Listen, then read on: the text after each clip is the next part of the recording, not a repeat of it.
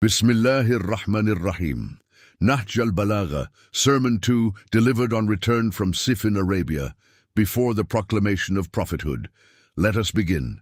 Sermon 2 of Nahj al-Balagha, delivered by Imam Ali Alayhis Salam. What was Arabia like before the Prophet Muhammad, peace be upon him, and his progeny brought the message of Islam? In Sermon 2 of Nahj al-Balagha, Imam Ali Alayhis Salam describes a time of darkness, confusion, and lost guidance. Let's begin. I praise Allah, seeking completion of His blessing, submitting to His glory, and expecting safety from committing His sins. I invoke His help, being in need of His sufficiency, of protection. He whom He guides does not get astray.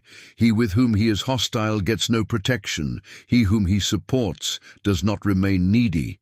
Praise is most weighty of all that is weighed, and the most valuable of all that is treasured. I stand witness that there is no God but Allah the One. He has no like.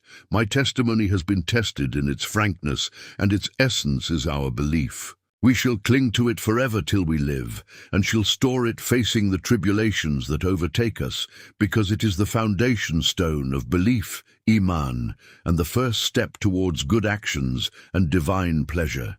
It is the means to keep Satan away. I also stand witness that Muhammad, peace be upon him and his progeny, is his slave and his prophet.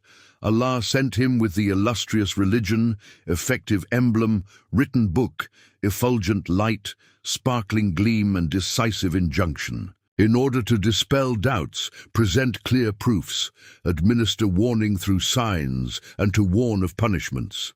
At that time people had fallen in vices, whereby the rope of religion had been broken, the pillars of belief had been shaken, principles had been sacrileged, system had become topsy-turvy, openings were narrow, passage was dark, guidance was unknown, and darkness prevailed.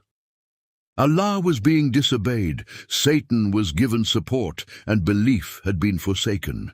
As a result, the pillars of religion fell down, its traces could not be discerned, its passages had been destroyed, and its streets had fallen into decay. People obeyed Satan and treaded his paths. They sought water from his watering places.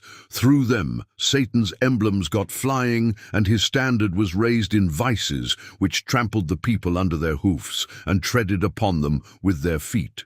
The vices stood on their toes in full stature, and the people immersed in them were strayed, perplexed, ignorant, and seduced, as though in a good house with bad neighbors. Instead of sleep they had wakefulness, and for antimony they had tears in the eyes.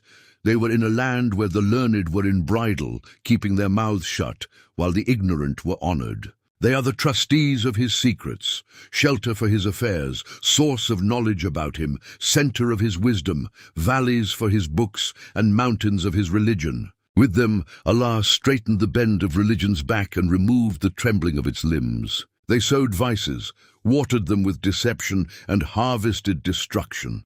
None in the Islamic community can be taken at par with the progeny of the Prophet Alu Muhammad.